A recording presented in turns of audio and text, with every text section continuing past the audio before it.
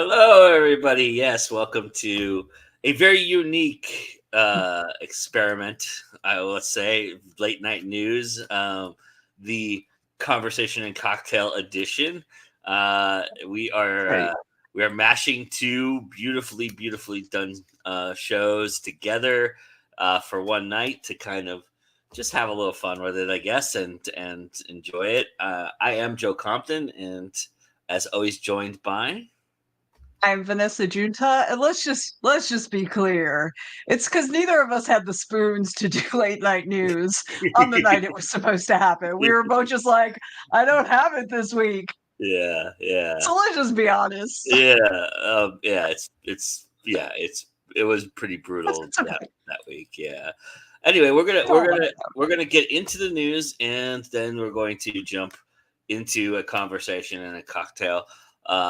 But first, we have unfortunately a tribute to say goodbye to someone who has appeared on Going Now programming before, who was an independent author and a really unique spirit, and somebody who will be sadly missed. Our friend Mikey Bookout, who wrote as J. Michael Wright II, passed away just recently. I think it was either Saturday or Sunday, but I just found out about it, and here's a little tribute to Mr. Bookout, and then we'll be back to bring you the news. Characters, then they're not going to be affected by anything the character goes through. Like I've watched so many horror movies. I'm very visual. Like I see movies in my head when I write, and so I use a lot. I use movies as a lot of references. But I've watched a lot of horror movies where characters die, and like frankly, I just don't care Are you at kidding? all. It's just there to be done. It's like, oh, gore. And I'm like Lily. My characters pretty much I come up with a situation and then they tell me what they do. And I just write it down. And sometimes I'm like, oh Lord, would you please stop? They're like, nope, not yet. Only person in the world who was going through this kind of bullshit. And as I've grown older, I've come to realize that it's way more common than we're talking about in the public. Like, way more. I think I know more people who are have suffered some kind of abuse and are fucked up from it than I know normal people. So, one, if you're going through this shit, you're not the only person. I thought I was the only person. I was wrong. Oh God, I was so fucking wrong. For me, one of the main things is fluidity. I'm writing a series called the Dark Heart series, and it's about a vampire that's been prophesized that he's going to fight in the end of in Armageddon, but they don't know which side he's going to be on. And so this character started like the first book is really a historical romance that has a paranormal edge to it. And then he goes from a love interest just trying to survive in the colony of Roanoke to sees his mother get murdered and he gets left for dead. He gets the offer for revenge. So then he turns into an anti-hero and goes on a killing spree, which I'm hoping from everything I've shown at this point that the reader is actually rooting for him as he's doing some of this brutal stuff. But now I've got him into the next book and he's not as mad anymore. Like the situation he was put through, like he was pushed past his limit to become a monster, which is what hell wants him to be. But now he's not mad anymore and he's sort of mellowing out. And so heaven's trying to get in his ear and try to pull him back and forth. So like he's constantly going to be in a flux. It's a giant redemption arc. So you're not alone, and that it may feel like it is impossible to come back from the shit you've been put through. But you can do it. Look, you weren't broke in a day. You're not going to be fixed in a day. You've got to go step by step, little by little. You know, that I know it's an overused expression, that whole a trip of 1,000 miles starts with a single step. Well, that's fucking true. All I'm asking you to do is try to be a little bit better tomorrow than you are today. That's it. That's how I got through mine. That's how I went from being in a super bad place, where I was actually threatened to be murdered in my sleep, and just nightmare kind of stuff, to being a halfway decent human being. I try to be. At least I try to be. Everybody in this room has some really strong imaginary friends. Yeah. We're all stick Everybody. size. Yeah. Everybody. We're all Bro, stick no, I size. didn't I'm like proud of it. There's like I'm proud of it. 45 people in this meeting, Joe. You just don't realize that Right. everybody got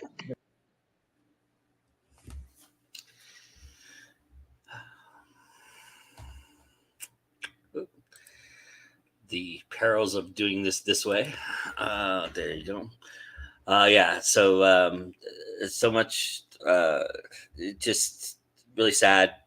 But Mikey was one of those unique people. He just he as you saw at the end there, he was really a flash of light and just really helped do a lot of spirit hand holding for people, and it was really sad to hear that news, and he's going to be missed. And thank you for the opportunity to meet you, sir, and to talk to you. I really appreciate that. And yeah, rest in peace, my friend.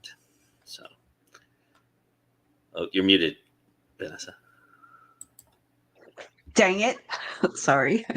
I don't think I ever met him, but after watching that, I really wish that I had, because I feel like he and I would have gotten along really well. Yeah. So that's a shame. Yeah. That's a Well, shame.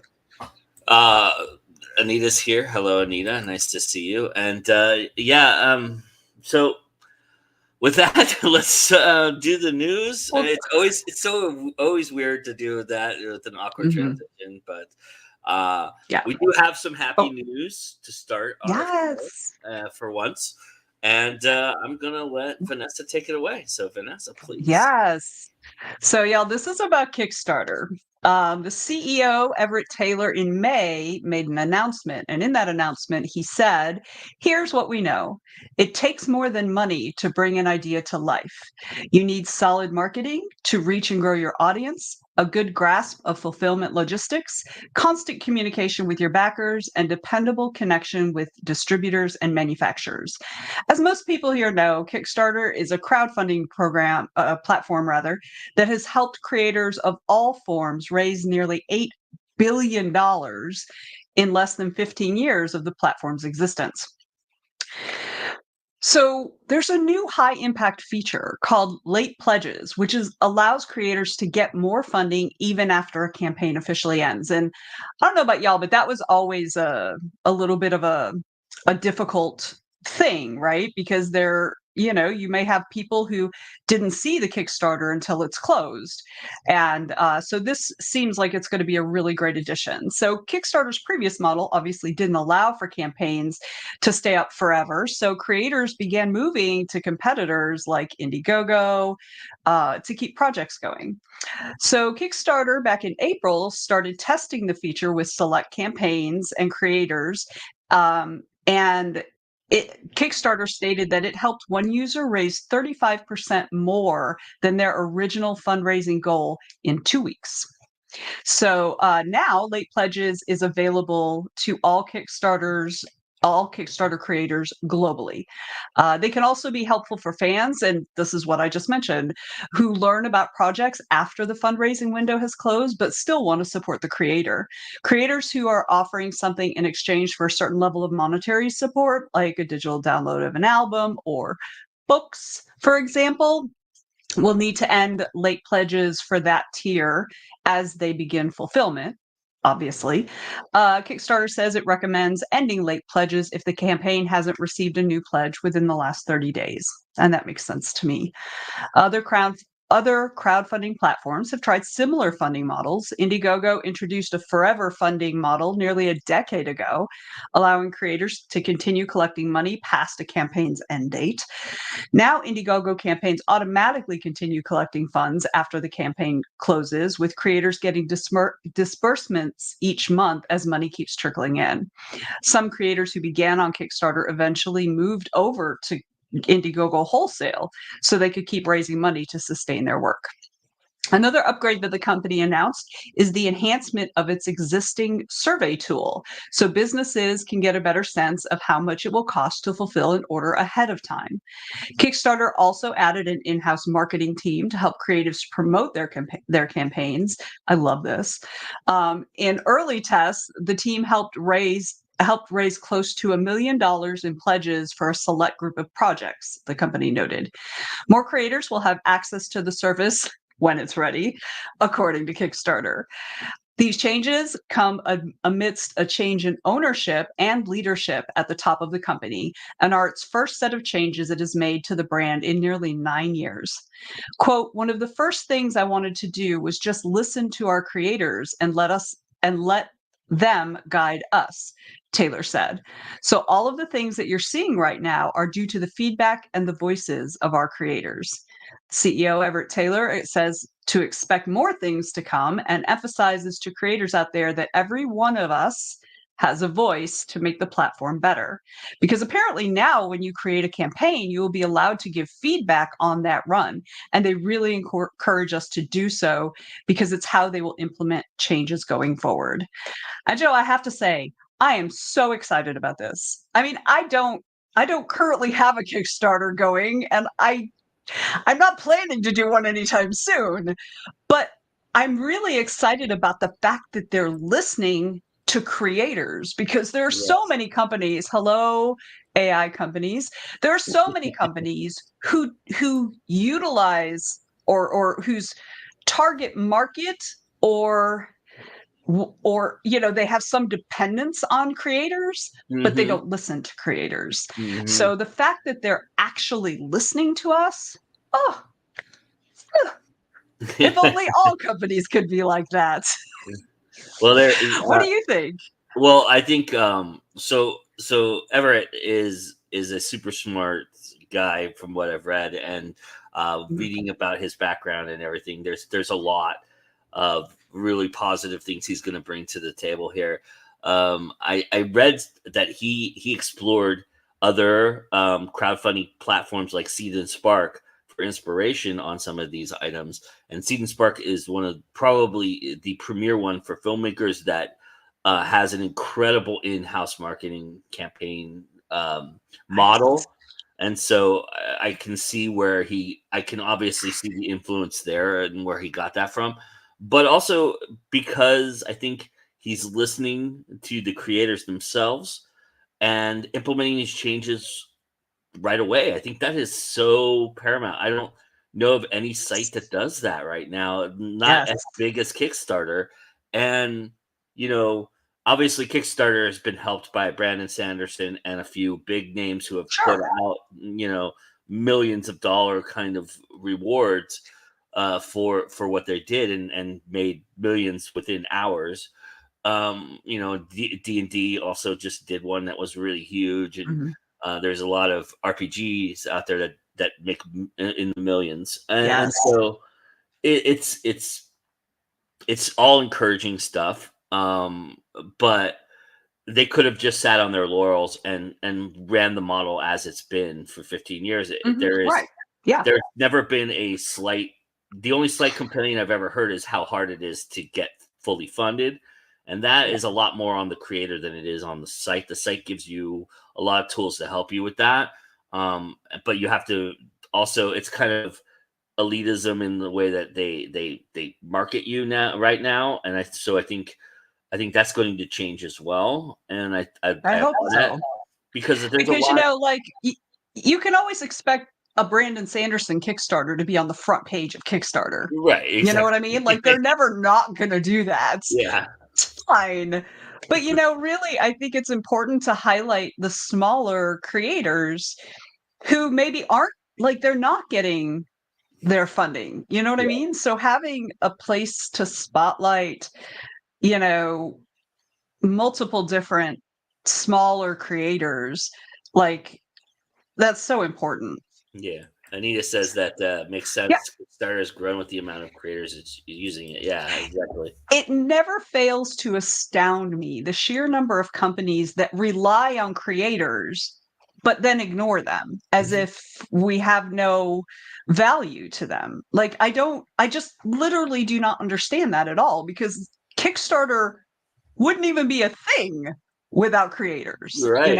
Same with like Etsy and like, so it's in their best interest to listen and to implement good ideas, but the fact that they just like don't, they're like la la la la la, some companies, so this is just such a huge breath of fresh air. Totally. Yeah. And yeah, you're right. And Kickstarter is one of those unique platforms that is fully driven by the creators themselves and Yes. the people who fund those creators. It's not there's no other red tape other than getting fully funded. Right. That's the only red tape behind everything. Everything else is you go out there, you hustle, and you bring people in, and people will reward you for that hustle. And that's a model that is very, very nicely done by independent artists, and I think it really works, and it shows. And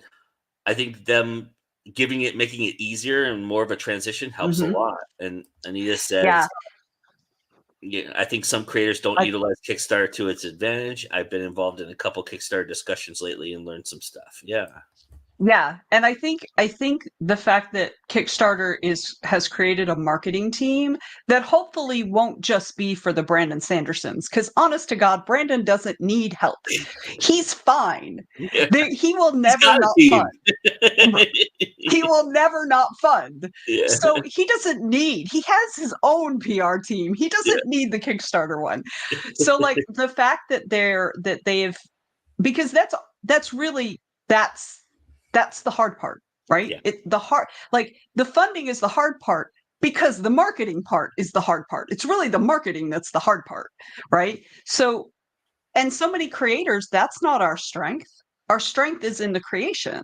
The strength isn't in the marketing. There are some who have, talent in that arena, but a whole lot of us, we have to really learn and figure it out. So to have an entire department that's there to help us, that can really be a game changer. So I'm super excited. I just want to do a Kickstarter just to do it, but I literally have nothing. So not that would be a bad idea. The other thing I think the marketing team does for you is it puts eyeballs on you within the internal company itself, right? So if a marketing team person, let's say a marketing person gets a hold of your Kickstarter, you ask for help, they look at your Kickstarter and go, oh, this is really cool. You don't think they're going to tell their bosses? You don't think they're going to tell the people on Kickstarter that, hey, this is a really cool one that really needs our help? And also, because like I feel like, I don't know about other creators, but for me, just show me how to do it. I don't mind doing it, but I don't know what to do necessarily. You know what I mean? Yeah. And because there are so many people telling you how to do everything, and it's all different. So I don't, it's like when my mother, okay, this is stupid. When my mother-in-law came over to the US for the first time, we took her she wanted to go to a grocery store because she heard that they were gigantic, and they are compared to European grocery stores. And we kind of all went our separate ways to get our stuff. And I find her literally standing in front of the butter wall, right? And she's just standing there looking at it. And I'm like, what's wrong? And she's like, why do you need so much butter? Why do you need so many different kinds of butter? And I'm like, it's America, capitalism. I don't know what to tell you. But like, it's the same thing. There are so many people telling us this is how you do a Kickstarter, or this is how you market your book, or this is whatever. Yeah.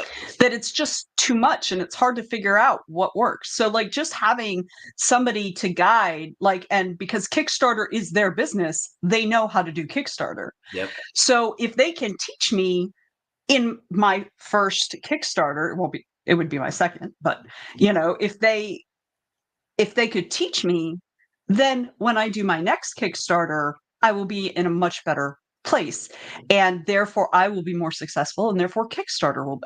It's amazing to me that a corporation has figured this out, because it was a big mystery of the universe for a long time. Yes. Sorry. Okay. No, I'm no, getting that's snarky totally now. no, that's great. That's great. So Yeah, and one company that kind of doesn't. yeah, I mean, On the opposite side. okay. To be fair, we're talking about Adobe's terms of service. To be fair, they have an argument for themselves about this, and we'll go into it about what we're talking about. All right. But I'll shut up. but it is veiled in a lot of Adobe is facing Do you think I'll have notes at the end? awesome. Adobe is facing backlash over recent updates to its terms of service for companies' generative AI products. In February of 2024, Adobe rolled out its new terms of service in hopes of no one noticing that finally after they rolled it out in hopes no one would notice, right? And then finally, after months of customer feedback and pushback, it responded with a revised version of these terms in June of 2024. We'll get back to that in a second. The revised terms affecting over 20 million global users of Adobe's Creative Cloud suite, including language that some users interpret as allowing Adobe to access, view, or listen to their content, including sensitive content such as information protected by non-disclosure agreements. In Adobe's words, these changes clarify that the company may access your content through both automated and manual methods, such as for content review. Updates to the terms of service have sparked concern among creative users, and some are alleging that Adobe is surveying their work and potentially using it to train AI models. Adobe's reasoning for giving itself the right to comb through user content is the detection and removal of illegal content, such as child sexual abuse material or CSAM, as well as abusive content or behavior, including spam and phishing. The company also cited the advent of generative AI, a breakthrough technology that makes it much easier to create realistic images and human-sounding text and audio. We know this isn't the first or last company to do this, but this is the first company not to completely reverse its position in doing so after facing backlash. The four changes in the terms of service, first two taking place in their sections 2 and 4.1, and in section 4.1, obligatorily, Adobe says we reserve the right but do not have the obligation to remove content or restrict access to content services software if any content is found to be in violation of our terms. In addition, Section 14.1 shortened the number of days a user can file a formal dispute from 60 to 30, while Section 5.3 says that now Adobe reserves the right to delete content from inactive accounts. Adobe says it'll attempt to provide notice to inactive accounts to help them avoid deletion, but it doesn't say how long an account has to be inactive before the deletion takes place. These first two changes have a creative community up in arms over what amounts to the classic double-edged sword that privacy versus security is. The verbiage seems to be directed only at the files that are uploaded to the cloud as part of the services. The focus of this update was to be clearer about the improvements of our moderation processes that we have in place, Adobe says.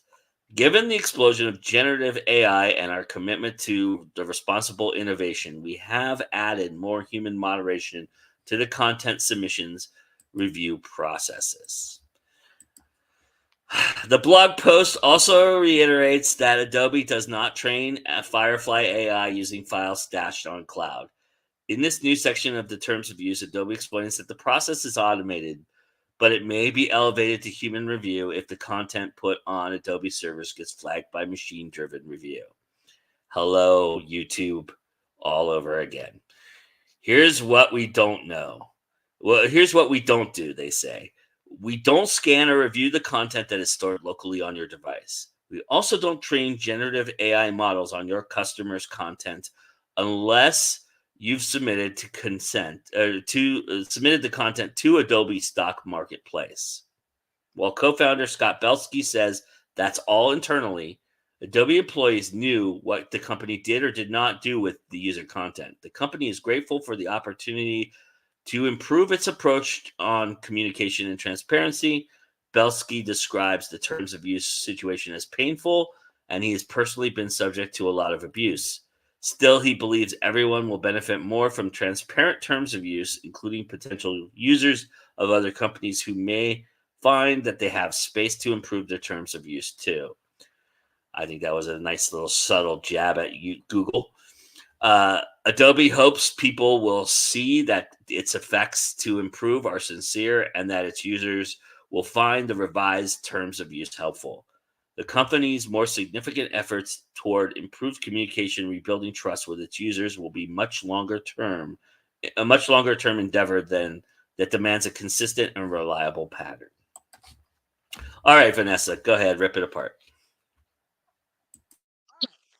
First, I'm going to say I'm completely obviously against him being threatened or, having abuse thrown at him. That's never okay. But the terms of use, the original change earlier in the year, that was super clear and transparent. Like, he's like, oh, we didn't know it said what it said. Bullshit. Those terms of service went through layer and layer and layer in the legal department. 100%. They knew exactly what they were putting in there. This is the problem I have. If they had said, yeah, we was being a little shady, but you're right, let us roll that back, I would have so much more respect for them. But that's not what they're saying. They're saying, oh, it was unclear. No, it wasn't unclear. It was very clear. And that's what you're freaking out about because we figured it out, right? It was very clear you wanted to use our stuff to train your AI. It was clear in the terms of service. It was clear and transparent. You just thought we were too dumb to figure it out. And that's what makes me mad. And that is like the stark difference between Kickstarter and Adobe. And Anita makes a great point in that they force people who are participating in Adobe stock. They are forced to contribute to Firefly AI. They don't have a choice. And that's wrong. It's just wrong. So I do not trust Adobe. Yes, I do not trust Adobe. And this does not engender any additional trust because he's basically gaslighting. He's trying to tell us that what we read and what we understood the first time isn't really what they meant. When you know very well that the legal department signed off on it. So that's my take. Okay. I will say, and Nita says, I don't think the language is much different than the old TOS, but their underhanded methods they used with the TOS of Adobe stock has people suspicious. Yes. Okay. All of that is very, very valid and very true. Also, Affinity is taking full advantage of Adobe's trouble by offering their programs with a 6-month trial. Yeah. I have friends who use Affinity and they swear by it. Nice. Adobe is kind of the Goodreads of creation software. They're so outdated and so monumentally behind everybody else for so long that I just think they can be ignored in a lot of ways. The thing is, their products are good. They're just overpriced. You have to do a subscription. Now, I don't need the cloud. I can store my shit on my computer. It's okay. I just need the software. That's what I need. So I don't ever use Adobe stuff except for PDF. I have what's it called? Whatever the PDF one is. I don't remember what it is. But Creator. Yeah. Or it's not called Creator. It's something Acrobat, right? Adobe Acrobat Pro, I guess. It's the one that allows you to create PDFs. I think that's Acrobat. Yeah. And edit them. So I mean, Photoshop was something that a lot of indie filmmakers were using at one point, but they realized how difficult that all was to navigate and run through. Yeah. And it's just, they just don't make it easy. They're very stiff in their designs, and it's very just antiquated in a lot of ways. And someone whose computers crashed and wiped out all our files and cloud. Well, we have a backup server that backs our stuff up regularly. So that is also 2 mirrored drives. So if my computer crashes, I've got one of the drives. If that also crashes, we have the other drive. So yeah. So I have the highest amount of storage you can put on Google Drive. So I have that as well. Yeah. I also have Google Drive. I have Dropbox, both. So I do back my stuff up to the cloud, but not there. Anyway. Hey, so, get off of my cloud. Not showing our age at all, are we, Joe? No. But yeah, the one thing that was pointed out in one of the articles I read about this that I think is worthy of mentioning is they're the first ones with balls to put in actual writing that they are not. This is a legal term that this is a legal document. They are putting now. They've put now in writing. I don't know if because Belsky was just pissed off one day and just said, just put it in there that they will not use it for AI. So if they do use it for AI, I don't believe them. Other than the stock, but if they don't, but if they do, that's why they're getting sued. And they'll be. But the thing is, what I think is going to happen is somewhere down the line, that's going to change in the terms of service, and they're not going to say anything. They're not going to say the terms of service has changed, because right in the terms of service, in every terms of service, it says we can change this without giving you any notification, and that's exactly what they're going to do. Yeah, I would bet dollars on it. Yes, no one believes Adobe. That's exactly right. And the thing is, I'm not trying to bash Adobe, but they've shown us who they are. Yeah. So I believe them. Yeah. I'm at the point in my life, you show me who you are, I will believe you. I am not going to argue with you over what you show me, but I'm also going to walk away if I don't like it. Well, 2 things I believe. One is when we come back from this break, we will be drinking. And 2, yes, it's been sitting right there this whole time. I'm ready to go. Yes. And 2, that CL Cannon has the best marketing tips on the fucking planet, and I love her stuff. We are ending our show on a high note with. But stay. Yes, stay. We're ending this. We're ending this portion. We're ending this portion of the show with the marketing tip, but we will be transitioning into probably not very subtly into a conversation and a cocktail, but it's okay. Here's the marketing tip, and then we'll be back. Venessa will be back with a conversation and cocktail, and you already know her guest because he's sitting to her left. So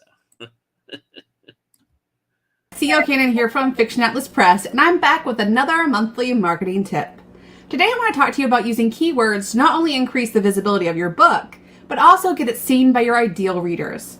First, let's talk a little bit about what keywords are and how to choose the best keywords for your book. Keywords are words that your ideal reader might use to search for your book. It can include things like tropes, genre or subgenre, themes, or even character traits.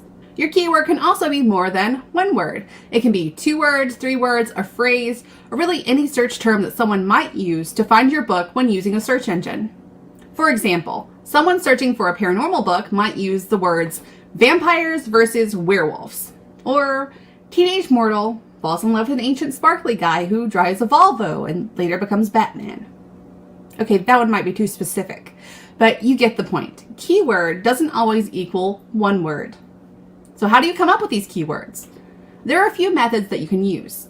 You can poll your existing audience, whether that be on social media, in your newsletter, or via your beta readers.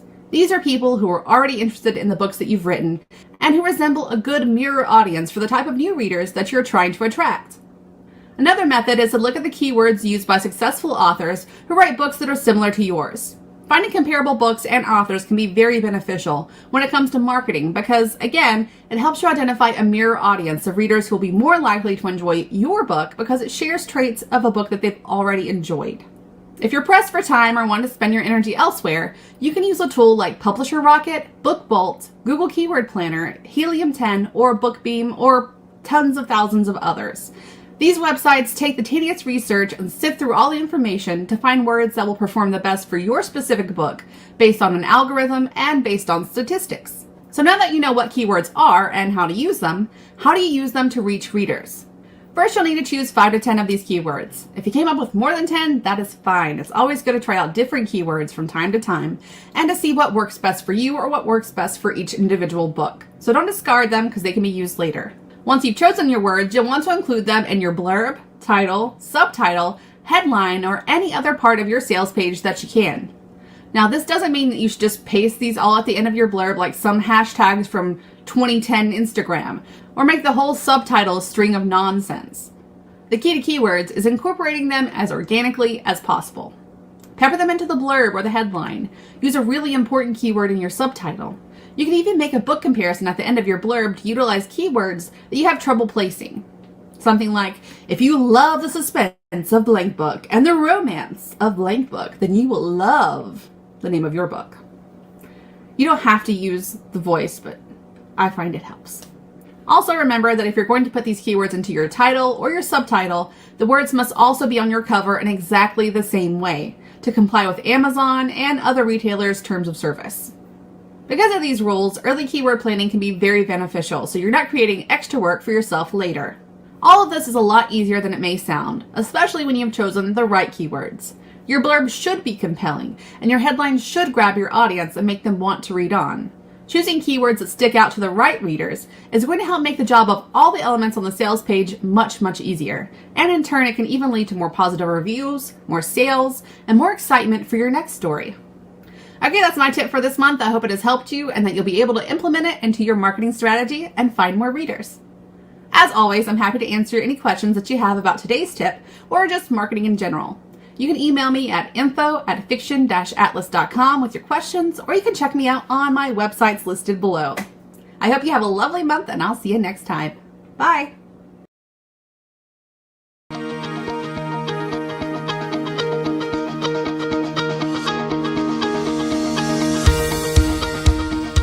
I'm Venessa Giunta. I am an author and an editor and an all-around like to talk about things person and a little awkward sometimes.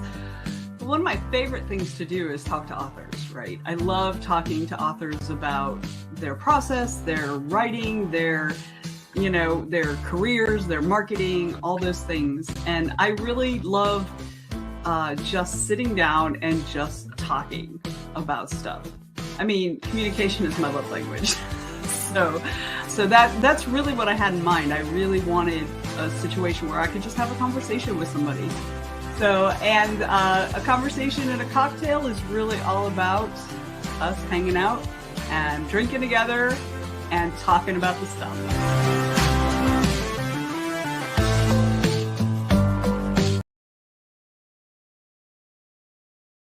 Huzzah! Cheers, my friend. What are you drinking? You're muted. I didn't hear anything you just said. Well, first off, I said cheers. And then I am drinking the world's oldest brewery beer from Weffensteffer Weizenbier. And it's brewed in Bavarian, Germany. It is a micro brew, believe it or not. I got it from Whole Foods. And it is gorgeous. Although I will say it's probably better room temperature because it's been in my fridge for a while, and it has a little bite to it now because it's been in my fridge. Yeah. But otherwise, and really my understanding is German beer is supposed to be served at room temperature. Is that right? Yeah. I don't know why I put it in my fridge. I had a moment of you weren't thinking. Yeah, you weren't thinking. I'm drinking mead from my favorite meadery, but this is what is this? Razzacadabra. Ooh. It's like a raspberry mead. It's very yummy. I like it a lot. Since I'm gonna be in Atlanta for a week, I might have to take a trip up to the Viking Middery. Yes, you should. I will bring you. I will Oh, bring you. So, yes, absolutely. We will talk about that for sure. I awesome. mean, not now maybe, Yeah, but yeah, yeah, yeah. at I some point in the future privately. All right. So, welcome, Mr. Compton. So Thank you glad you for could be having here with me. me. Yeah, I'm so glad to be here. I appreciate the invitation. So, Yes. So, generally speaking, I usually ask, what was your, origin story, getting into Mhm, writing and things like that. But this is your second time here, and mhm, you run this channel. So I figure people already know that. So mhm. what I am going to ask you is, what are you currently working on? What is going on in your creative life right now? What's happening? Oh, that's a tough question because not a lot is happening, to be honest. But I just finished the novella for the Carnival anthology that you and I are both in. Um, and well, I finished the draft, I should say. I still have editing to go on it, but that is in the works, I think. Hopefully, and yeah, and so I just finished that. That's the first writing thing I've done in quite a bit of time, Mhm. other than so I wrote a screenplay that I wrote a rough draft of about a year and a half ago, when I was going through a lot, and then I kind of polished it up and put it out there, and got a nice little deal memo behind it, and so we're kind of in flux right now. A lot of weird things are happening in the production side of the world right now. Just a lot of productions are being super careful because certain things have been happening. Like, I don't know if people have been following the Alec Baldwin trial and what was going Yeah. on there, but things like that kind of derailed a lot of productions, and a lot of studios and a lot of enhanced studios, what we call micro studios or independent studios, are looking for things to get them back into speed of, putting things out there. It's really why I think the Kevin Costner thing is super important. What's going on there, because it really. What's going on there? I don't So know what's going on there. Kevin Costner removed himself from a popular television show called Yellowstone, because he was in the process of making this epic opus that he's wanted to make for generations. He's wanted to make it since he was 20, 25, and he chose to make other movies along the way. But this is a movie that's fully funded by himself. It is a 4-part series, basically, of 3-hour movies that he wants to make in the old style of like the spaghetti westerns and the old westerns of Mhm. John Wayne. And there are slow, brooding storytelling aspects of epics that are very akin to like old Kurosawa movies and things of that nature. Things that a lot of Mhm. people don't have the patience for and the resolve for anymore. And he put this out there. He put the first one out there, and it's got slammed. It got not only critically slammed, although it got some good praise, but it got slammed by the box office folks, and I think it just was put out today that it made 2.4 million, and he put like 40 million dollars into this thing. Wow. So it's Wow. really been considered a flop. I think though once it goes to streaming, that will flip and change, because I think a lot of people just don't go out to the movie theater anymore, and Mhm. that is a Yeah. really telling aspect of this as well. But the movie theater kind of buried this movie, and the AMC chains, which is the only chain left, kind of just shit all over it and buried it, and decided to play like. And there's no, and I'm not saying there's anything wrong with this. This is their business. It's their decision. But putting like uh, Despicable Me 4 on like 20 screens versus, and then putting Horizon on 2, and Yeah. claiming that because of its runtime, it's really handicapped the theater that it's playing at, which is such bullshit, because Endgame played on like 7 screens and it was 2 hours and 45 minutes. It's Mhm. just depending on what it's called. But yeah, it's really made people rethink. And my movie is not an epic 2-hour movie. I was A smarter 3-hour than movie. that. Yeah. It's about 110 minutes if you want to put it all together the way that I hope it gets put together. But it is just, it's heartbreaking because I think this was the litmus test for a lot of independent studios to say, "Hey, we're going to put ourselves on the line and try and put ourselves in the theaters." And a lot of independent movies are struggling with that. And so there's a Yeah. lot of rethinking by production companies on what they're going to put out there. I mean, unless your name is Sydney Sweeney, right now you're just not getting anything made, and unless you're willing to put your money behind it. I have somebody that I actually have talked to who's a famous person, and I don't want to name drop, so I'm not going to put that person's name out there, who funded their own film and has struggled mightily to get it seen.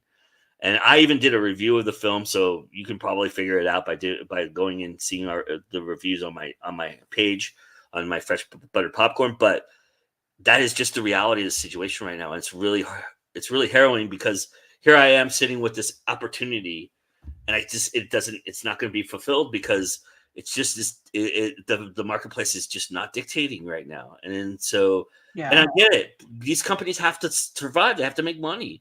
So unless I'm making John Wick 5, I'm not really going to get seen. And so, because nobody knows who I am. Nobody knows the people that I want to involve. I even have a named person that people would recognize and put out there that I've actually physically had dinner with and talked to about the movie, who's going to do the movie if it ever gets made. But that person has to make money too because of the strike. So they're doing commercial projects for the next couple years to get themselves back into it so that they can make movies like mine. And so it's just this weird holding pattern that we're all in right now. I think it's super, it can be very problematic when it's almost like it's very similar to publishing before the internet. Like, because publishing before the internet, if you couldn't get into bookstores, forget it. Yeah. You're not gonna make it, because the bookstores had so much power over what got sold, because that was the place you went to buy books.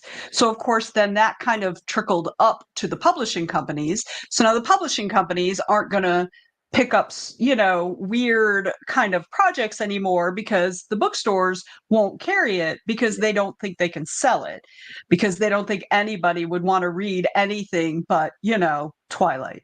So like it feels a lot like that, if the 24 screen theater is putting Despicable Me on 20 of them, and then they only have 4 left, well, of course it's only going to make 2.5 or 2.3 million or whatever. Of course. That's just math. And I'm not a math person, but I can see that very clearly. There's this, I don't know. I don't know if it's Kevin Costner himself. I don't know the man. I've seen him on interviews. He seems a little prickly, but he's also seems like he's very passionate and he's very candid about what he talks about.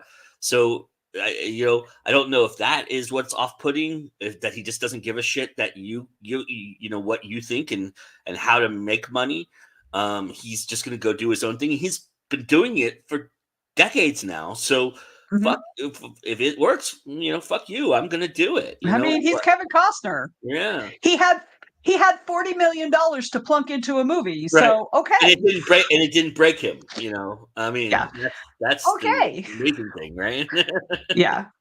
Although it is kind of a shame, because it sounds like this is his heart project. And having your heart project rejected, it's hard having any kind of creative property that you've made. It's hard anytime that it's rejected. But when it's your actual heart project, that's got to suck for him. I have a lot of empathy for that. I do too. I just applaud his spirit in that. I mean, I don't know. I haven't seen the movie. And I'm one of the people who is guilty, because I haven't gone and actually patronized it and seen the movie. I wish I had the time. That's the problem that I have. Every time I try to figure it out, I can't can't carve out time for it. So Yeah.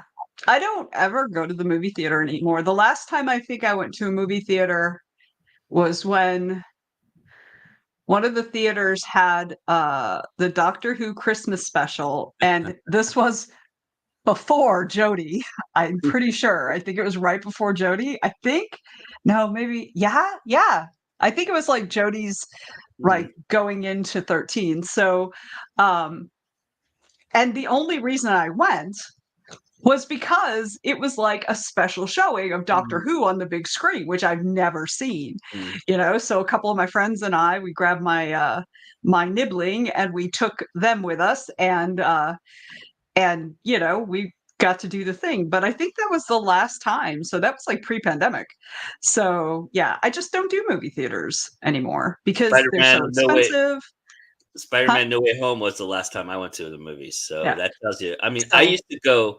You're talking to a guy who used to go to a movie theater and watch 100 movies a year at a movie theater. Yeah. Because that experience is just so unique and interesting. And I've been to 3 in the last 5 years. Yeah. Now, I really do like the movie theaters that have like the reclining seats and like the little tables, and they have servers. I like those because I'm old and I like people like, bringing me shit. But I do like those. So, yes, I love that, Anita, that you're going out for Deadpool and Wolverine. I will be waiting for it to come out on one of the services.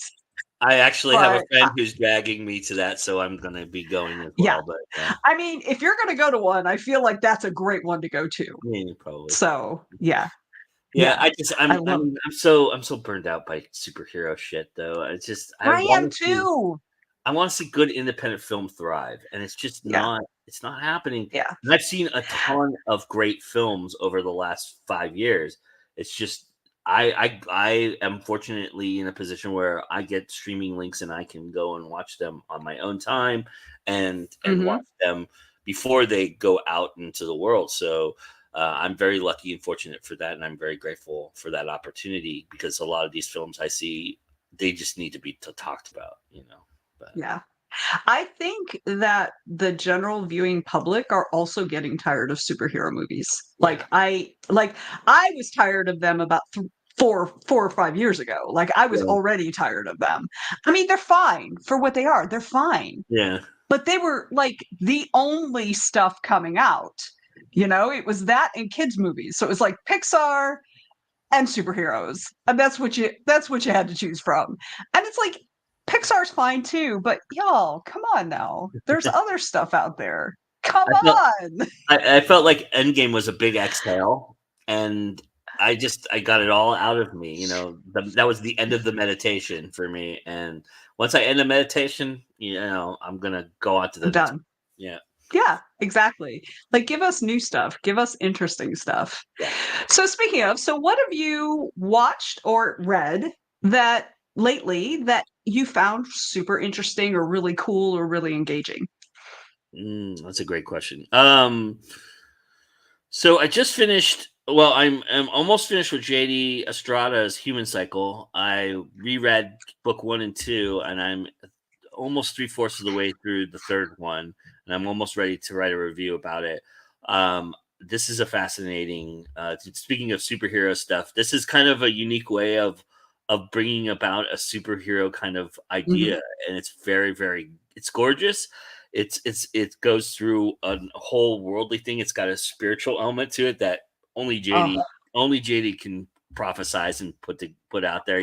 He's so beautiful at finding that rhythm with that spiritual element to it. And it's so obviously now you're getting a spoiler of review of my review, but yeah, it's really here first, folks.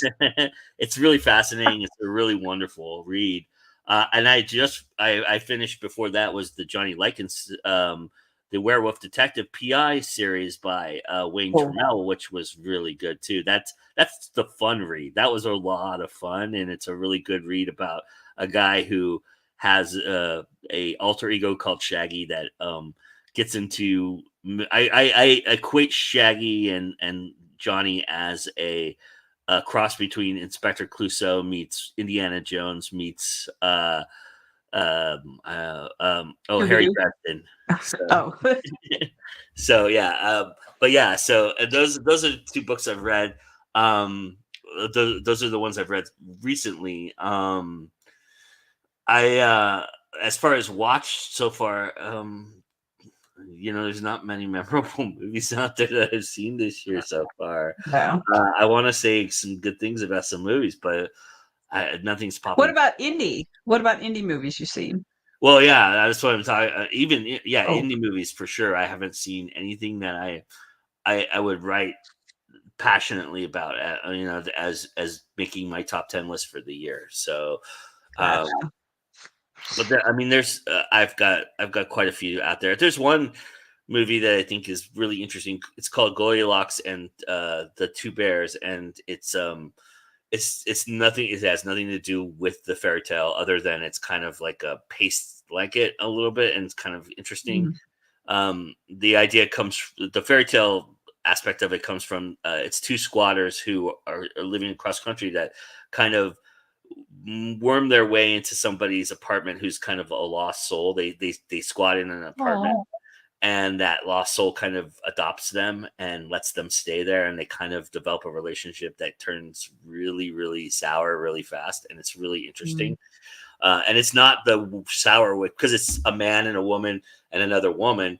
You would assume right from that, from me saying that there's a love element or a triangle thing going on. And it's none of that. It has nothing to do with any of that, which I found very, very smart and very fascinating. It's a really slow watch. It's a tough watch because it's 2.5 hours and it's a lot slower than most people would probably enjoy. And for the first 30 minutes, you have to really stay with it, because if you don't, you're going to miss out on what's really the gold of it. And it's a decent film though. It's really good. And that's the one I just recently watched. So Nice. I love that. Yeah, I'm getting tired of the usual tropes. I want something interesting and different. You know what I mean? Yeah. So, yeah. So let's pivot a little bit. Let's talk about Go Indie Now. Okay. So there's a birthday coming up. Is that right? I mean, it's kind of already passed a little bit, but yeah, Okay. Are you talking about This Week in Indies as far as how long it's been around? Yeah, it's been around. Yeah. It'll be it passed 6 years like a few weeks ago, I think. But yeah, 6 years. So actually, you know what? No, I'm wrong about that. I think it happens. I think the first one I produced was August of. Yeah, so I think it actually hasn't happened yet. But the 6 year is coming up. Yeah, so yeah, that's what I thought, because I thought that's what you said in the last This Week in Indies. Yeah, I know. Yeah, well, sorry. I mean, so many things, but that's kind of what I'm going toward, right? Yeah. So, Go Indie Now, if you're just joining us, Go Indie Now has. I can't even keep track of the number of shows. Like, I can't even keep track of how many shows there are, let alone balancing it and juggling it. And you've added the multiverse spotlights in the last couple of years, and this year you've got like twice as many spotlights, so that takes up. When do you sleep? I think you've asked me this before, and the question is, I don't know. Actually, you know what? Honestly, to be honest with you, I get a good solid 6 hours every night. So I have managed to figure out a nice life work balance. And I work a lot. I have a day job that takes a lot of my attention as well. That I enjoy quite a bit. But yeah, it's just something that I've managed to work out and figure out, I mean, to be fair, we were cranking out a lot more content a couple years ago than we are now, but I've been a little smarter about how we've created the content and cranked it out for the last couple years, and that's been the difference, I think. But I think also you have to try different things, to figure out what works, right? And I think that any creators, and as the producer of this channel, you're a creator here, right? And I think we always go through sort of waves, Yeah. crests and dips, right? Where we're doing a lot of stuff because we're testing a bunch of stuff out, we're trying new things, we're trying to find a new normal, whatever. We want to do something different, something new. And then, we figure out what we like out of those things, and we kind of settle into that for a while. And then a while later, we're like, all right, I'm bored again. Find new things. Yeah, I And have the amount of stuff that I have in my brain that we haven't done yet and touched upon. It would scare a lot of people out there. It would. The amount of stuff you've done scares me. Yeah. So, I can survive your brain. I mean, there's been a couple of things in the works for the last couple of years that I've sat on that I haven't put out yet to do that I really want to do. It's just the means of putting it out there. I don't. So my philosophy is I don't want to half-ass anything, right? I want to whole-ass everything, right? The old Ron Swanson. I want to whole-ass everything. Yeah.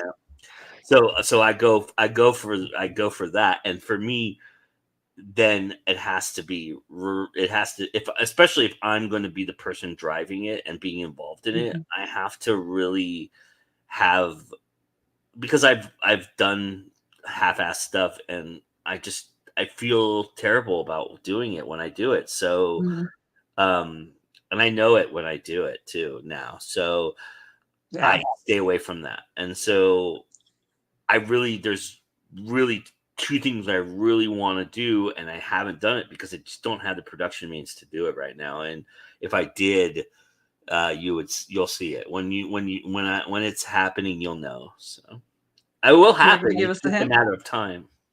Yeah, you're not going to give us a hint. So okay, yeah, I can go through it. Two things that I've really wanted to do. One thing I've really wanted to do for about 4 years now is a morning show. That's what I've really wanted to do. Kind of like a Howard Stern kind of thing, where somebody's hosting for like 3 hours or 2 hours in the morning and talking, indie stuff and whatever. It's more of that person's stream of conscious. We had something lined up about 3 years ago, and unfortunately, it involved a friend of mine who passed away, and so that was really tough. And I should have. I look back on that because I feel like part of what I felt when I heard the news was he really wanted to do this, and I balked on it because, again, I didn't want to half-ass it, and I just felt like it was a half-developed concept that we were working on, and he was so busy doing his films and other stuff that I didn't want him, because it was not going to be a paid thing or anything like that. So I didn't want him to take any of his time to do that. And looking back on it now, I don't think it would save his life, but right. There's always that. What would have happened if? I mean, I have that same issue with other people. So yes, I understand what you mean entirely. Okay, so I lined up another host for it, but that person and I just haven't gotten on the same page yet, and so and it's really because it's not the person, it's not Eric. It's really tough for me to go through with it, right? So that's part of it. Yeah. The other thing was born from the spotlight at the multiverse. And it's been something that we talked about this year and last year. And when we had a conversation at the Dead Dog last year, and that's Amy Anderchuk and I doing a cooking show. So that's something that would be fabulous. So, yeah, the idea is maybe have like an indie person on, and they make something and whatever. And so Chrome Girls Press did a Kickstarter for Dark Spores, which is their mushroom themed horror anthology. And they had a backer party while the Kickstarter was still live for people who have already backed, they started out. Oh, that was me also, by the way. I was a backer. But they started out the backer party, the Zoom party, with a woman who came on who gave like a drink recipe with mushrooms. I don't like mushrooms, so I'm never going to drink it. It was super cool. She literally made it right there on screen. Yeah. You know, kind of like the way like we have the marketing tip or whatever from Courtney. There's just like this random recipe, this random, thing. So it was super, super cool. I really liked it. And because it was about mushrooms, it tied into the entire theme of the party, right? Sure. So that was really cool. Yeah, and last year Sarah Bond and Sarah Silver did the launch party for Sarah Bond's book, and they did her book was on her TikTok. She did recipes that went along with her book, and they made all the recipes at the party, and you drank. That's brilliant. Yeah, it was really great. So yeah, and I also have a friend of mine who I want to be a part of that, where like the marketing tip, but it's a segment where she reviews craft beers and bourbons, which is something she does on her TikTok, and I want to bring her on board and be a part of that. So there you go. So there's the inner workings of what I've been designing production wise, and those two things. And then Brian Tan and I have been talking about doing a indie movie watch along. That's something that's brand new that I've been thinking of. Oh, that's cool. I would tune into that. That would be super. I mean, not that I wouldn't tune into the others, but like, right. I would put that on my calendar, I think. That's something that probably will happen in 2025 for sure. I'm hoping all the other stuff does too, but I also have to start making stuff and putting myself out there. And that's part of the struggle of all this too, is like, that balance. If I can't do these shows live, it's really difficult for me to do editing. So I'm keeping my editing schedule very light and only doing a couple shows that I know I can edit. So yeah, I much prefer live for that reason. Like, it's just, I mean, I don't mind editing stuff, but God, it can be so long and tedious. It just takes so much time. So yeah, I love live. I mean, even when stupid stuff happens, like, oh, you're muted. Oh yeah, I am muted. Whoops. All right, it's happening.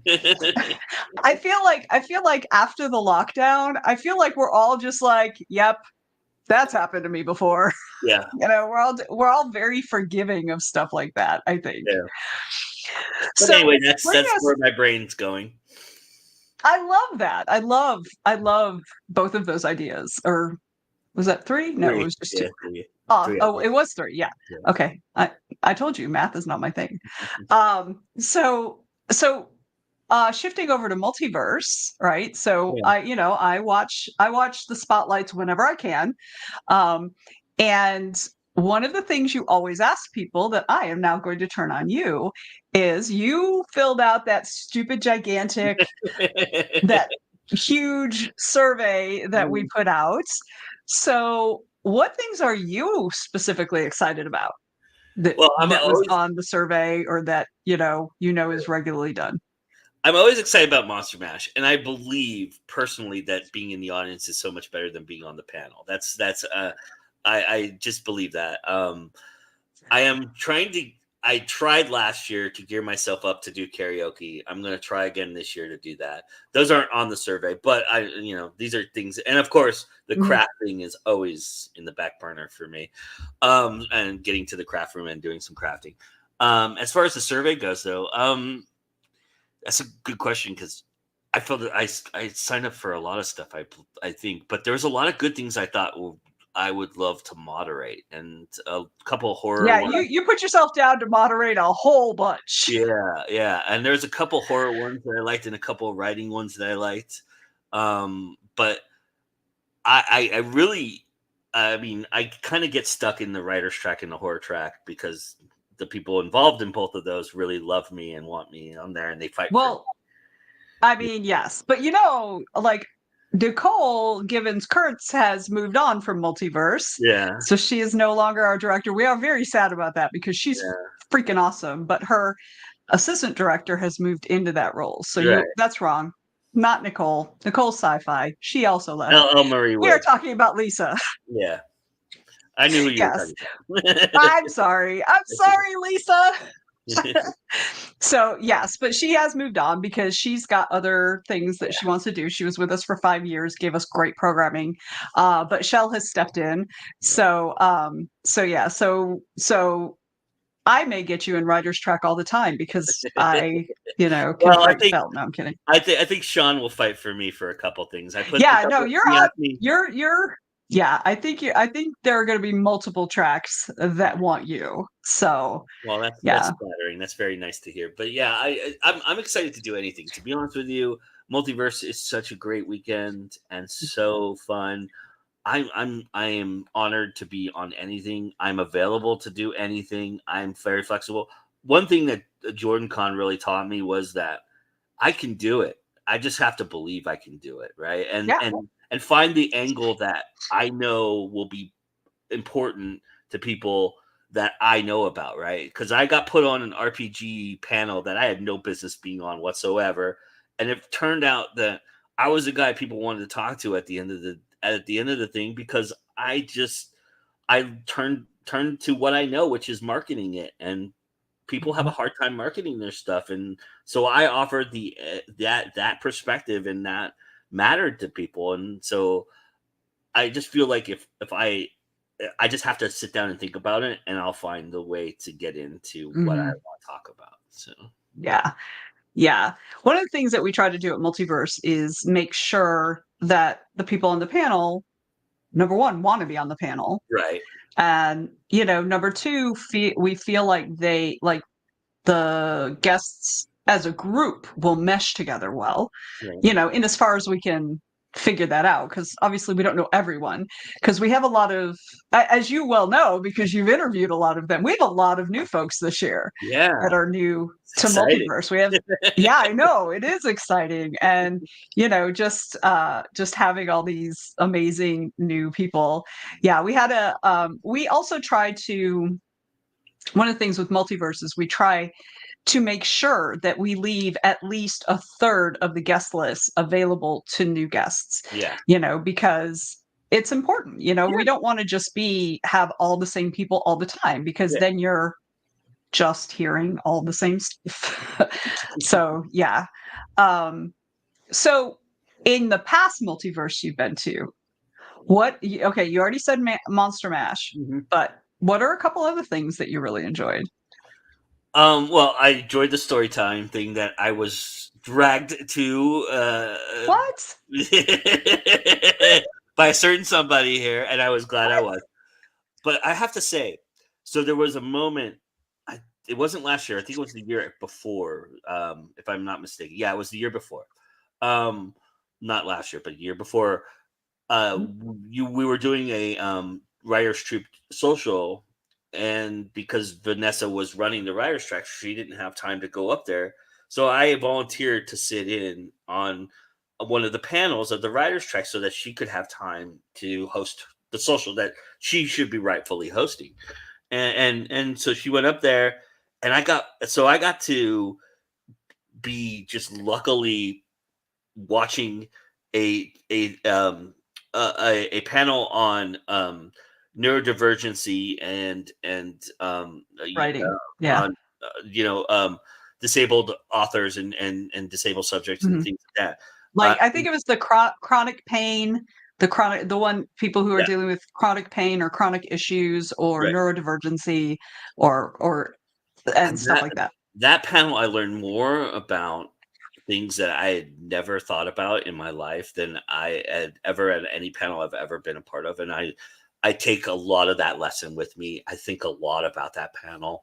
It really affected me personally. And then the first year I did Multiverse, the one thing I really wanted to do was go to the women's rule panel. And think I was one of 2 guys in the entire panel, in the entire room, which I think is a travesty, guys. When that panel ever comes back, that panel is for men. yeah. It's not for women. It is for men.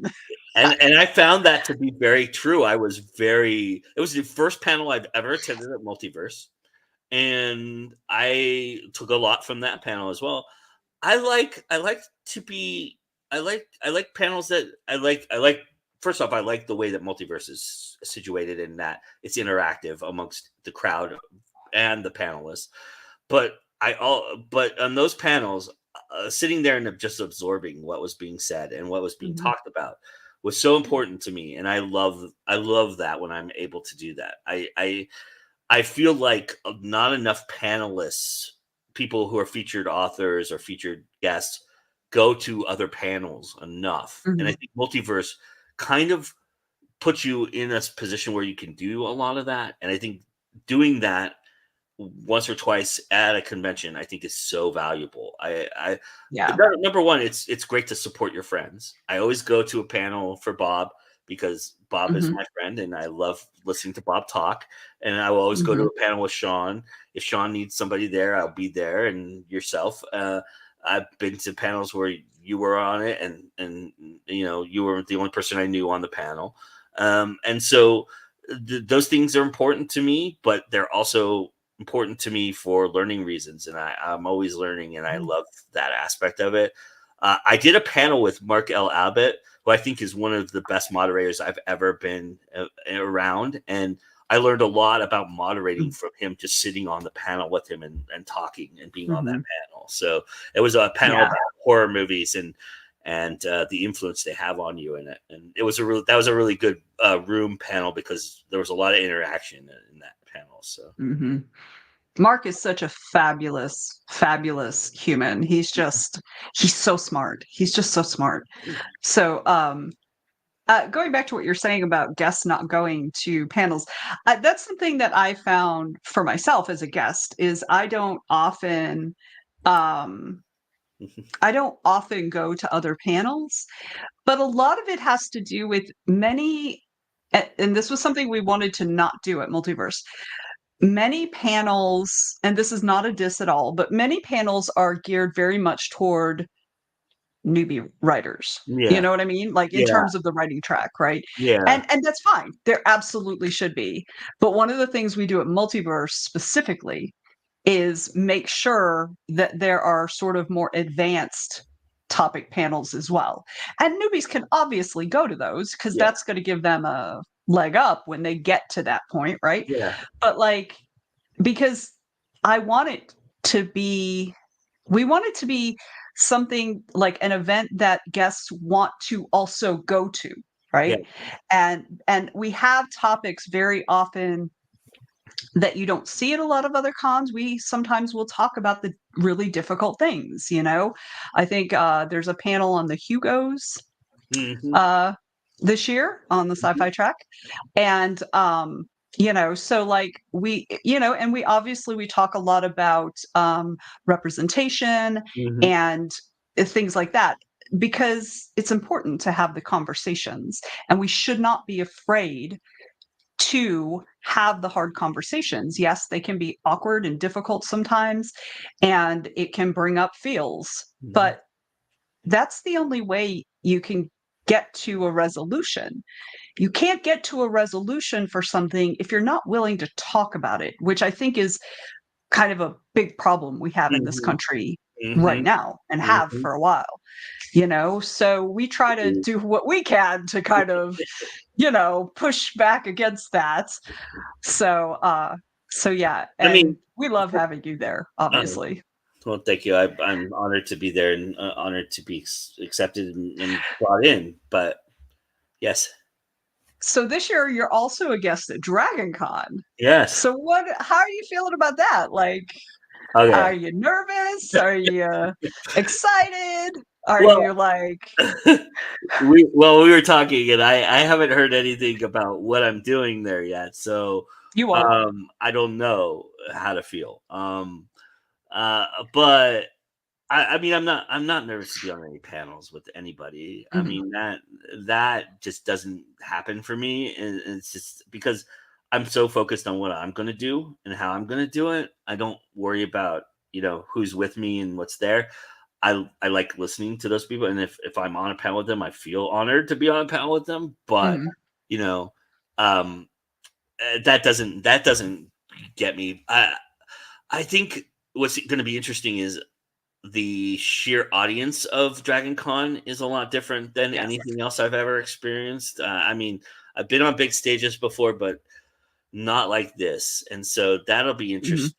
But as far as what Dragon Con is, I have mixed feelings about it. So, but now that the last time I went, I hardly knew anybody. I mean, Jim Nettles was Now pretty you much know a bunch of people. right. Jim Nettles was the only person I knew, and he and I couldn't get together because he was so busy doing other stuff. So Mhm. it was kind of like, and then I got to hang out with JD all weekend, which was a bonus. But and then I met Bobby Nash, which was really cool. Mhm. But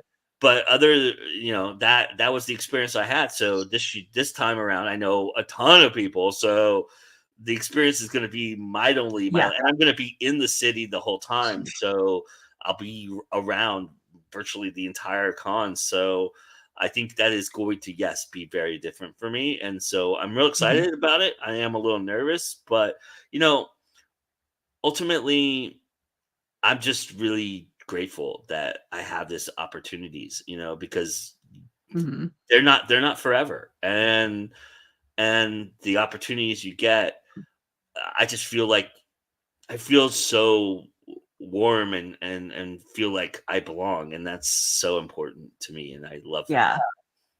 Yeah. And, having people there is actually a huge deal, you Mhm. know? I'm not particularly I don't think anybody would say that I'm afraid to walk into a room of people I don't know and make friends. Like, Right. that's I can do that. And Nor it's am not I. it's not that it's not stressful. It is Mhm. stressful, but I can Yeah, do it. It's not a problem. yeah, Um, but that's like 80,000 people. It is just the sheer number of people is overwhelming, yeah. right? And for a very long time, like probably the first 6 to 8 years that I was doing DragonCon. I'm coming up on 15. I think next year, Mm, 2025 is going to be yeah. my 15-year anniversary. Probably the first 6 to 8 years, I really didn't have a particularly good time in terms of DragonCon as an event. Mhm. I'm assistant director to the writers track, so I'm in the writers track room all the time, and I have a great time in there. I have a great time, meeting with the guests and sometimes moderating panels, and I have a great time meeting new authors who are in the audience. I have so much fun, schmoozing, Mm, because I'm a schmoozer. It's what I do. But like in terms of like, I wouldn't I wouldn't attend DragonCon if I mm, wasn't working it or a guest, just mm, because it's bigger than than I want to be in. But it's yeah, really good professionally for writers. Like sure. absolutely professionally for writers, it's excellent, you know? But like, But that yeah. being said, you don't have to be a guest to take advantage of that. Like I said, I met Right. Bobby Nash the year that I went, and we had never met before, never talked, never been on Mhm. anything together. And meeting him was like that made my whole weekend because it was like Bobby's I know awesome. I know somebody, and it's like, Yeah. and it was cool and it was really neat. And I think that that was just born out of me going somewhere and being there. And so I think the BarCon is probably the most important Mhm. aspect of Dragon Con. That it's probably more For important writers. at that one than any other that I've been a part of. So that'll be Yeah, absolutely. The interesting thing about BarCon, so for those who don't know, generally speaking, at conventions, writers hang out in the bar because that's what we do. yeah. So it's kind of been affectionately named BarCon. It happens at every con that there are writers. So there is no, BarCon is specific to a particular con. No, Right. it's a traveling. So, but BarCon at DragonCon is amazing because you can literally sit down and chat with Jim Butcher Yeah. because he's at BarCon. you know, or you can, you can schmooze with editors and agents and you can talk to them as human beings, you know, and like that doesn't happen at a lot of cons. I mean, it happens at all cons to an extent, right? But Dragon Con has such a large number of very high level publishing professionals, whether they're professional writers, you know, professionals within publishing itself, indie authors, like, and it's really interesting because actors too, that is going to be beneficial to me. There's going to be some actors and hanging out there, I'm sure. yeah, That, oh yeah, there's always tons of actors, yeah, and that maybe I could talk into doing just, my movie. Anyway, sorry. yes, that'd be awesome. Yes, I forgot what I was going to say now. It's okay. It's okay. You're the guest, so it's fine. No, but yeah, it is one of those things that I think is very unique about Dragon Con in that, that the spaces are not separated. They're not segregated. Yeah. I mean, the only time they are is when you're paying to take pictures with right. celebrities. I mean, guests have their own green room and stuff. Like if they don't want to interact with the rest of us, you know, peasants, they don't have to. They've got plenty of stuff they can do. But a lot of them come out and they want to hang out. They want to do stuff. Like, was it you that had William Shatner playing? I was just going to mention that. Yeah, I was. So one of the nights I decided at Dragon Con, the first Dragon Con I went to, one of the nights, because I had heard Dragon Con goes all night, right? And it does. It really does. Seriously, it does. I mean, but I found that true about all cons. But most of the times I'm making Dragon Con especially. There's actually programming almost all night. Right. Yeah. Most cons, the programming ends. Yeah. Like actual programming ends around 11, and you might have some parties till about 2. Right. But at Dragon Con, you can find concerts starting at 2. So yes. Yeah, most of the time I'm manufacturing the time that we stay up late. But this particular one, I knew about that was the case. So I made it a point to stay in one of the hotels and hang out for the night. And I was just walking by randomly there was a bunch of D&D games going on and a bunch of role RPG games going on. And I stopped at one, and William Shatner literally sat right down, plopped himself right down in there, and started talking to these people and wanting to play.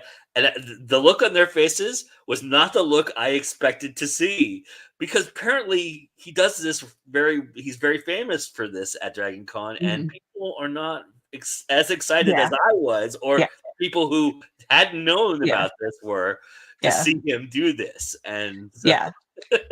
William Shatner has a bit of a reputation for not always being friendly and nice. Let's just say that. He has his moments where he is not, you don't want to approach him really, because he's just going to be a dick, you know. But I mean, we all have those moments, I feel like. But dude, come on. To be fair, he is 91? I think he was 85 or 86. This was happening. Yes, this has always been. It has always been this. He has always been thus. Yeah. So yeah. But yeah, you know. that was a really weird experience for me. Yeah. And that kind of, after that, I said, okay, now I can go home. Yes, right. Yeah, I had so Mercedes Lackey, who pre-pandemic was a regular at Dragon Con. She and her husband Larry Dixon, who is an artist, he does a lot of her covers and stuff. They would get into their RV. They live way out west, like in Oklahoma or Utah, or I don't know, somewhere out there. But they get in their RV and they drive because they're older. They don't like to fly and stuff like that. So they drive. But anyway, I had met Misty.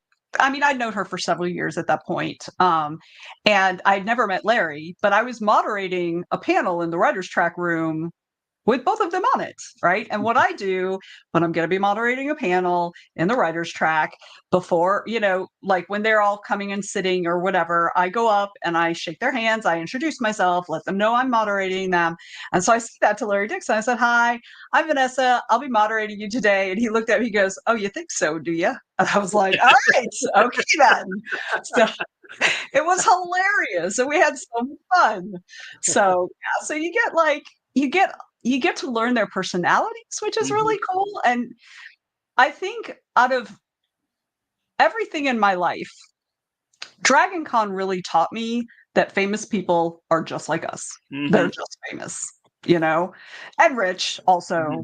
That's a thing. But like there are some guarded ones and some spoiled ones, but yeah, for the most part. Yeah. But they're still human beings. They're not anything extra special, really. They just happen to have whatever they have. Yeah. But And like they can you dictate can what they talk want. Yeah. Yeah, you can talk to them, most of them, like a normal human being, right? You can joke with them, you can BS with them or whatever. Yeah. So yeah. Yeah. I still get a little so one of my favorite authors is Chelsea Quinn Yarborough, and she's a regular at Dragon Con too. And I got to moderate her on we had a big panel in a ballroom, and usually my director moderates all of those. Like all the 14 years that I've been doing Dragon Con, she has always moderated those. And this past year she wasn't feeling well. And like 15 minutes before the panel, she's like, "Do you think you could moderate this panel?" And it was like bestsellers, the bestsellers panel in one of the big ballrooms with Dragon Con TV recording it and everything. And I'm like, "Yes, if you help me brainstorm some questions."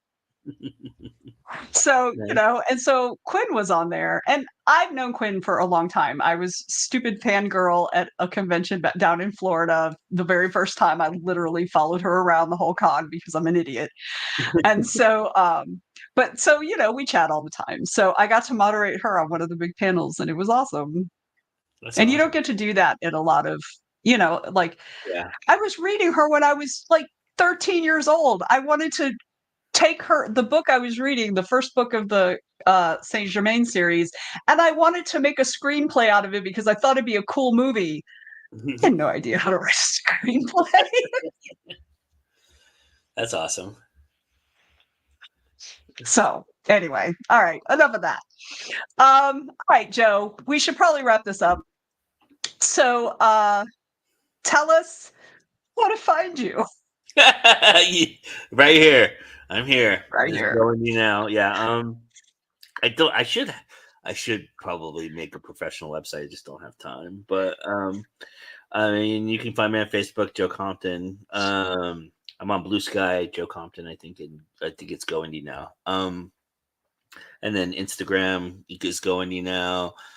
Joe Dream 73 on Twitter, or X. So you'll put all that in the show notes, right? So that people can contact you and tell you how awesome you are.